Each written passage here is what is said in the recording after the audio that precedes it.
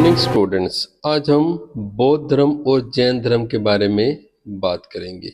ये जो टॉपिक है ना, हमारे बहुत सारे कॉम्पिटिटिव एग्जाम्स के अंदर जरूर आता है। ठीक है, तो इस टॉपिक को मैं स्लाइड के माध्यम से आपको बताने जा रहा हूँ। प्लीज वीडियो को एंड तक जरूर देखिए। अगर मैं बात करूं बौद्ध धर्म और जैन धर्म की, तो आप सब जानते हो कि यह धर्म क्या हमारे भारत में प्राचीन काल से चला हुआ आ रहा है। जब हमारे हिंदू धर्म के अंदर अनेक तरह की कुरीतियां आ गई, तो उन कुरीतियों के कारण लोगों क्या हो गए, समाज के अंदर बहुत ज्यादा समस्याएं आने शुरू हो गई, लोगों के अंदर निराशावाद आना शुरू हो गया। तो उस समय भारत के अंदर इन दो धर्मों की नींव रखी गई। एक चीज ध्यान रखना, जो बौद्ध धर्म और जैन धर्म है ना, इनकी परंपराएं लगभग एक समान है, उनकी शाखाएं भी लगभग एक जैसी ही हैं। अगर मैं बात करूं इन दोनों के अनुयायियों की, तो हमारा जो व्यापारिक वर्ग है वो क्या है, इन दोनों धर्मों को से संबंधित है। अगर मैं बात करूं जो बौद्ध धर्म है, उसके हमारे प्रवर्तक थे महात्मा बुद्ध, और जैन धर्म के हमारे महावीर स्वामी थे। जो इन्होंने अपने उपदेश दिए, मतलब इन्होंने जो भी भाषण दिया ना, वो सारा क्या था, आम लोगों की भाषा में, मतलब जो इनके संदेश थे ना, सामान्य जनमानस की भाषा में थे। जिस कारण ये क्या हो गए, आम लोगों के अंदर बहुत ही जल्दी प्रदेश प्रसिद्ध हो गए। और एक चीज देखो कि इतने साल गुजर गए, लेकिन आज भी क्या है, बौद्ध धर्म और जैन धर्म इंडिया के अंदर, और इवन जो हमारा बौद्ध धर्म है ना, इंडिया से बाहर भी बहुत सारे देशों में आज भी फैला हुआ है। तो अब हम बात करेंगे बौद्ध धर्म और जैन धर्म के अंदर मेन मेन पॉइंट्स क्या हो सकते हैं, उसके बारे में हम डिस्कस करेंगे। सबसे पहले हम बात करेंगे बौद्ध धर्म के बारे में। देखो, बौद्ध धर्म थे ना, इनके प्रवर्तक का नाम क्या था, हमारे महात्मा बुद्ध जी थे। ठीक है, जो महात्मा बुद्ध थे ना, उनको शाक्य मुनि तथा तथागत के नाम से भी जाना जाता है। अब इनके जन्म की बात करो, तो महात्मा बुद्ध का जन्म नेपाल में लुम्बिनी के निकट, ठीक है, नेपाल में लुम्बिनी के निकट एक जगह है कपिल वस्तु। तो कपिल वस्तु में 563 ईसा पूर्व में इनका जन्म हुआ था। कब? वैशाख पूर्णिमा के दिन। अगर मैं बात करूं इनके पिता के बारे में, तो इनके पिता का नाम सुशोधन, जो कि शाक्य गण के एक मुखिया थे।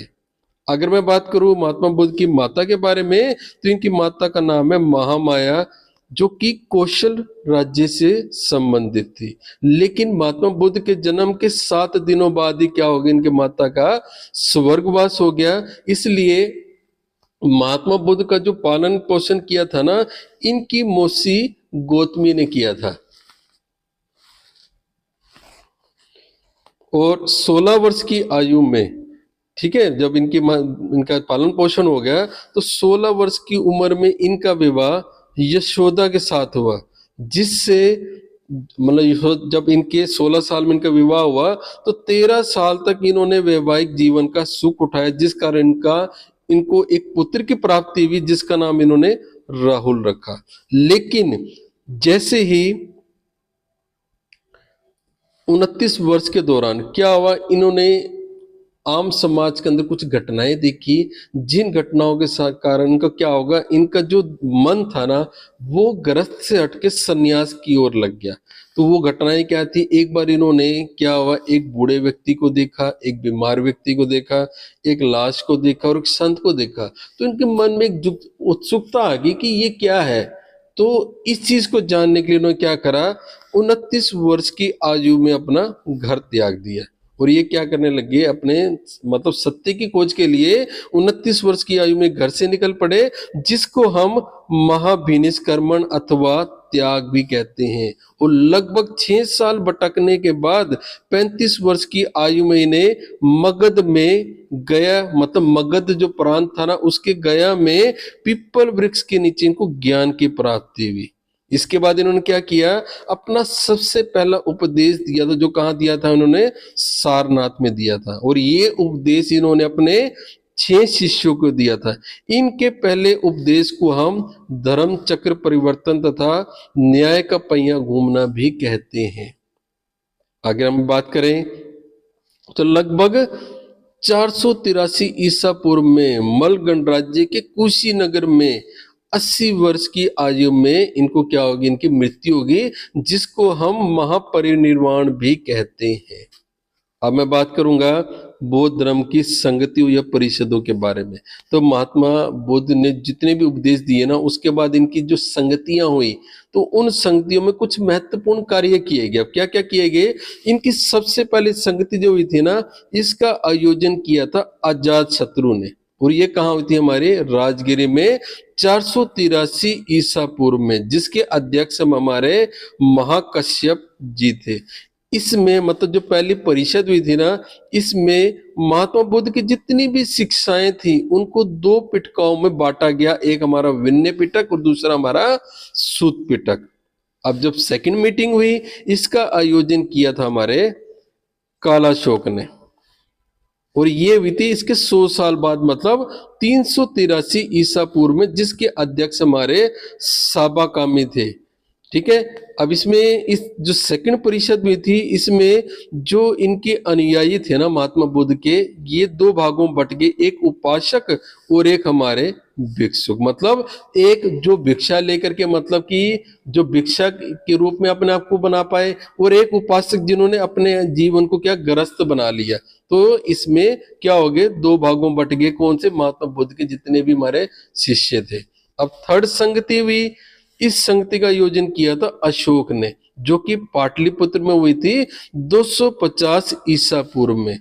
इसके अध्यक्ष मोगली पुत्र तिस थे। और इस जो थर्ड हमारी मीटिंग हुई थी, मतलब जो थर्ड परिषद हुई थी ना, इसमें त्रिपिटक को पाली भाषा में लिखा गया। मतलब जितने भी हमारे बौद्ध धर्म के जो हमारे जो होते ना कि बौद्ध धर्म के, अगर मैं बात करूं इसके अंदर, बौद्ध धर्म के जितने भी साहित्य है ना, उस साहित्य को क्या किया गया? हमारे इसके अंदर लिखा गया, किसमें? पाली भाषा के अंदर। अब हम बात करेंगे चतुर्थ परिषद की।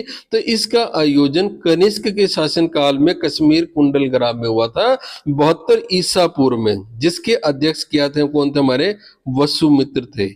ठीक है। इस संगति के अंदर या इस परिषद के अंदर भी बौद्ध धर्म को महायान, मतलब बौद्ध धर्म जो था ना, उसको महायान और हीनयान की शाखाओं में बांट दिया गया।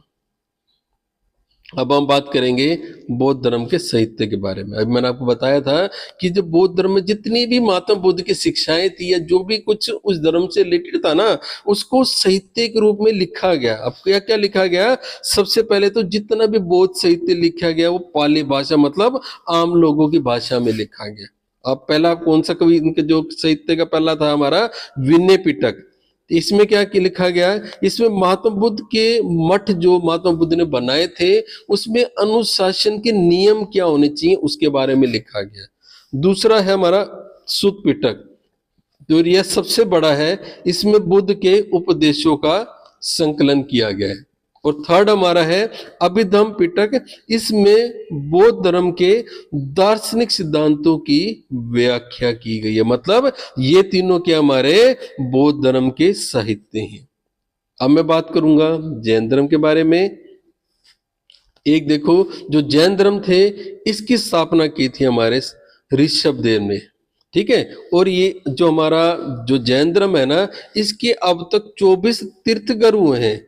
और एक चीज देखना, जितने भी तीर्थकर हुए ना, सभी क्या थे? क्षत्रिय थे। सबसे पहले जो हमारे तीर्थकर थे, उनका नाम था ऋषभ देव या ऋषभनाथ, जिनका प्रतीक है बैल। अब इसके जो 23वें तीर्थकर हुए, उनका नाम था पार्श्वनाथ, जिनका प्रतीक क्या? हमारा सांप है। और ये जो तीर्थकर हुए ना 23वें पार्श्वनाथ, ये बनारस के राजा अश्वसेन के पुत्र थे। अब मैं बात करूं जैन धर्म के 24वें मतलब अंतिम तीर्थकर के बारे में, तो उनका नाम था महावीर स्वामी या महावीर जी, जिनका प्रतीक था शेर। इनका जन्म कुंडल ग्राम, जिला मुजफ्फरपुर, बिहार में 599 ईसा पूर्व में हुआ था। इनके पिता सिद्धार्थ, जो कि ग्रैतुक कुल के सरदार थे, और इनकी माता त्रिशला, जो कि वैशाली के लिच्छवी राजा चेटक की बहन थी। किनके? जैन धर्म की, आपके महावीर स्वामी की। आगे मैं बात करूं, महावीर बिंबिसार के समकालीन थे। इनका विवाह यशोदा के साथ हुआ, जिससे इनको एक पुत्री की प्राप्ति हुई, जिसका नाम प्रियदर्शनी रखा गया। और एक चीज आप इसमें ध्यान रख सकते हो कि महावीर स्वामी ने जब से सबसे पहला उपदेश दिया था ना, तो उनके जो सबसे पहले जो शिष्य थे ना, जिनका नाम जामिल था, जो कि इनकी जो पुत्री थे ना, उनके पति थे, मतलब इनके दामाद थे। आगे मैं बात करूं, लगभग 30 साल की आयु में माता पिता की मृत्यु के पश्चात इन्होंने क्या किया, संन्यास ले लिया। किन्होंने, महावीर स्वामी जी ने। इन्होंने अपने सन्यासी जीवन के 13वें वर्ष के अंदर, ठीक है, वैशाख के 10वें दिन जंबिक के समीप इन्हें क्या हुआ, केवल मतलब ज्ञान की प्राप्ति हुई। मतलब जब अपने इन्होंने सन्यास जीवन अपनाया 30 साल के बाद, तो इनको लगभग 43 वर्ष की आयु में इनको क्या हुआ, ज्ञान की प्राप्ति हुई। और इसी ज्ञान की प्राप्ति होने के बाद इनको जिन, जिनेंद्र, महावीर, ठीक है, और इनके शिष्य इन्हें जैन कहने लगे। इसके साथ साथ इनको अरिहंत के नाम से भी पुकारा जाने लगा। और लगभग 72 वर्ष की उम्र में 527 ईसा पूर्व में पटना के पावा में इनकी मृत्यु होगी। आगे मैं बात करूं, महावीर ने पार्श्वनाथ के लगभग समान संदेश दिए। मतलब इनके जितने भी संदेश थे ना, वो सभी के सभी वही थे जो इनसे पहले वाले जो तीर्थकर थे ना, पार्श्वनाथ, वही वाले थे। बस इन्होंने एक चीज और जोड़ दी, क्या, ब्रह्मचार्य, जो इन्होंने अपने उपदेशों के अंदर या संदेशों के अंदर जोड़ दिया। तो देखो बच्चों, ये सारा जो मैंने आपको बताया है ना, ये जैन धर्म और बौद्ध धर्म से संबंधित मेन पॉइंट्स है। तो आपको मेरा वीडियो कैसा लगा, लाइक, शेयर और सब्सक्राइब के माध्यम से जरूर बताएं। Thank you.